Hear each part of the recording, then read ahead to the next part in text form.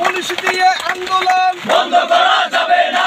কোটা সংস্কার আন্দোলনে দেশব্যাপী পুলিশের গুলিতে নিহত শিক্ষার্থীদের স্মরণে তুমুল বৃষ্টিকে উপেক্ষা করে ইসলামী বিশ্ববিদ্যালয়ে বৈষম্য বিরোধী ছাত্র আন্দোলনের রিমেম্বারিং আওয়ার হিরোজ কর্মসূচি পালন করে। কেন্দ্র ঘোষিত কর্মসূচি সফলে বিভিন্ন প্ল্যাকার্ড স্লোগান নিয়ে বিক্ষোভ মিছিল করে শিক্ষার্থীরা। বৃহস্পতিবার বিশ্ববিদ্যালয়ের পূর্ব ঘোষিত কর্মসূচি সফলে দুপুর 3:30টার দিকে প্রচণ্ড বৃষ্টির মধ্যে শিক্ষার্থীরা ক্যাম্পাসে সমবেত হয়ে মিছিলে অংশ নেন। পাশাপাশি গ্রাফিতি ও দেয়াল লিখন কর্মসূচি থাকলেও তা বৃষ্টির কারণে বাস্তবায়ন করতে পারেননি বলে জানান শিক্ষার্থীরা। বর্তমানে প্রায় 15,000-এর মতন কারাবন্দী করে ফেলা হয়েছে। প্রতিদিন ইসলামী বিশ্ববিদ্যালয়ের ছাত্রছাত্রীদেরকে কুষ্টিয়া ঝিনাইদহে হয়রানি করতে হচ্ছে।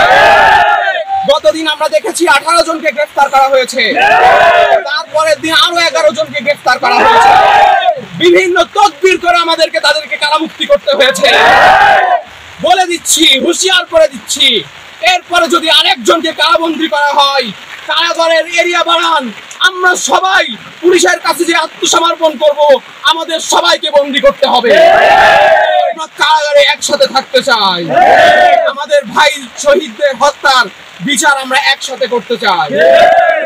সংগ্রামী বন্ধুগণ, আজকে আমাদের বৃষ্টির ভিতর দাঁড়িয়ে রোদকে উপেক্ষা করে এইখানে আন্দোলনের কোনো প্রয়োজন ছিল না। আজকে একটি যৌক্তিক দাবিকে সংস্কার করে আমাদের পড়ার টেবিলে বসে থাকার দরকার ছিল, কিন্তু এই দাবিকে দীর্ঘায়িত করে আমাদের অনেক ভাইকে শহীদ করে, অনেককে মামলা দিয়ে নির্যাতন করে এখন আমাদেরকে আবার পড়ার টেবিলে ফেরত দিতে বলা হচ্ছে। একটা ছোট্ট একটা উদাহরণ আপনাদেরকে দিই। ধরলাম একটা জমির মালিক আপনি, সেই জমি আপনি দাবি করলেন এই জমির মালিক আমি। আপনি সেই জমিতে গেলেন, আরেকজন এসে দাবি করলো না এই জমির মালিক না তুমি না, আমি এই জমির মালিক।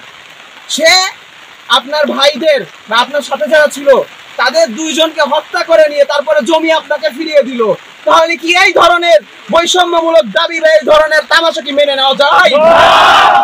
সুতরাং এই ছাত্র সমাজ যখন জেগেছে, এই ধরনের তামাশাকে কোনোভাবে আমরা মেনে নিতে পারি না এবং অবিলম্বে জাতিসংঘ সহ অন্যান্য ইন্টারন্যাশনাল অর্গানাইজেশনের মাধ্যমে নিরপেক্ষ তদন্ত করে যেই সমস্ত প্রশাসনের লোক, যেই সমস্ত ভিসি, শিক্ষক, অন্য যারা কূটনীতিবাদ আছেন এই হত্যাকাণ্ডের সাথে জড়িত, এই হামলা মামলার সাথে জড়িত, তাদেরকে অবিলম্বে পদত্যাগ করাতে হবে এবং তাদেরকে বিচারের আওতায় আনতে হবে। সংগ্রামী বন্ধুগণ, আমাদের দাবি সুস্পষ্ট। আমরা 1 দফা দাবিতে অনড় ছিলাম, এখন আমাদের দাবি 9 দফা। যদি এই 9 দফাকে না মানা হয়, আমাদেরকে পরবর্তী কোনো পদক্ষেপে, পরবর্তী কোনো দফাতে যেতে বাধ্য করবেন না।